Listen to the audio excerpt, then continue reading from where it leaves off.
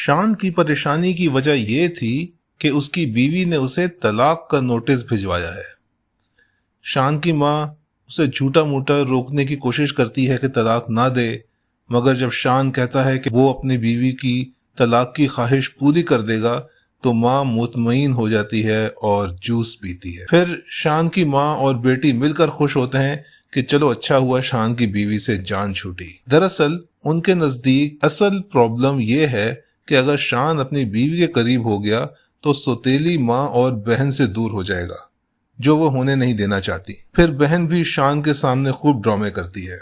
माया का सुबह नाश्ते की टेबल पे अच्छा करके इस्तकबाल होता है। माया के घर वालों को नाश्ता लाने के लिए मना कर दिया गया था, लेकिन तबरेज माया को उसके घर वालों से मिलवाने उसके घर ले जाता है। निसार साहब खुश होते हैं कि मोहल्ले वाले तबरेज की बड़ी गाड़ी देखें तो उनकी कुछ शोशा बने।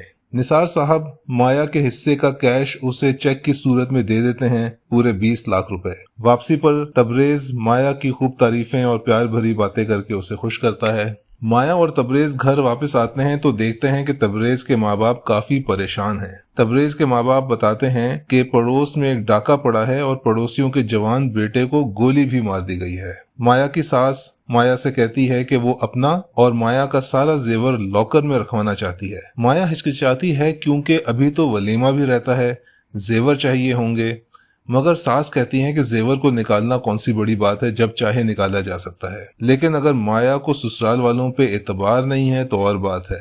इस तरह माया थोड़ी इमोशनली ब्लैकमेल हो जाती है और अपना जेवर देने पे रजामंद हो जाती है। तबरेज माया से उसका चेक मांगता है और कहता है कि कल ऑफिस में किसी को भेजकर चेक बैंक में जमा करा देगा। माया उसे चेक दे देती है। तबरेज उसे अपनी चेक बुक भी घर से मंगवाने को कहता है और कहता है कि ये चीजें इंपॉर्टेंट हैं, अपनी चीजें अपने पास रखनी चाहिए। माया ये बातें मान लेती है।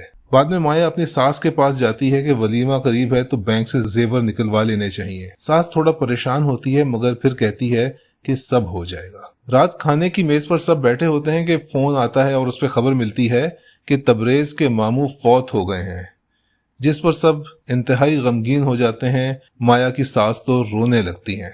तबरेज माया को बताता है कि उसके मामू बहुत अरसे से बीमार थे, शादी में भी शिरकत नहीं कर सके। अलबत्ता वलीमा में शिरकत करने का उनका इरादा था, लेकिन कुदरत ने उनको मोहल्लत नहीं दी। वो कल सुबह उनके जनाजे में शिरकत के लिए अपने माँ बाप के साथ जहाज के जरिए जाएगा, लेकिन माया को उसके घर छोड़ जाएगा। माया को ये हैरत होती है कि उसे साथ क्यों नहीं लेके जाया जा रहा। वो कहता है कि उनके यहाँ नई नवेली दुल्हन को मैयत के घर ले जाना मुनासिब नहीं समझा जाता, लिहाजा वो माया को उसके घर छोड़ देता है। घर में माया और तबरेज की मुलाकात अचानक नाइल से भी हो जाती है जबकि वो उसके घर आता है। नाइल अनकंफर्टेबल होकर फौरन ही वापस चला जाता है। तबरेज भी खुदा हाफिज कहता है और चला जाता है। नाइल अपने मामू के मामले में कुड़ कुड़ कर काफी कड़वा हो चुका है। उसकी अपनी माँ के साथ भी हार्ड टॉक होती है कि जब मामू ने उसको उसकी औकात याद दिला दी तो अब सब कुछ हो जाने के बाद उनके गिल्ट और माजरत खाना लहजे से नाइल पिघलने वाला नहीं है, बल्कि उसे ये सब कुछ देखकर और भी गुस्सा आता है। निसार साहब बहुत खुश हैं कि माया को बहुत अच्छा ससुराल मिला है। साथ ही साथ उन्हें ये भी कंसर्न है कि नाइल का दिल दुखाया है उन्होंने और कहीं उसकी आह ना लग जाए। फिर दिखाया जाता है कि तबरेज की कॉल आती है माया को।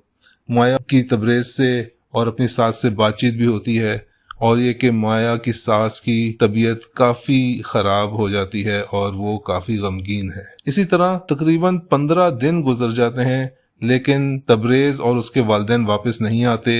निसार साहब और उनकी बेगम को अब परेशानी होना शुरू हो गई है कि तबरेज और उसकी फैमिली वापस क्यों नहीं आ रहे, लेकिन निसार साहब अपने दिल को तसल्ली देते हैं कि चूंकि फौतगी वाला घर है तो कुछ ना कुछ देर हो ही जाती है। लेकिन अब मोहल्ले वालों ने भी बातें करना शुरू कर दी हैं कि शादी भी अचानक हो गई, वलीमा भी नहीं हुआ, ये कैसी शादी है।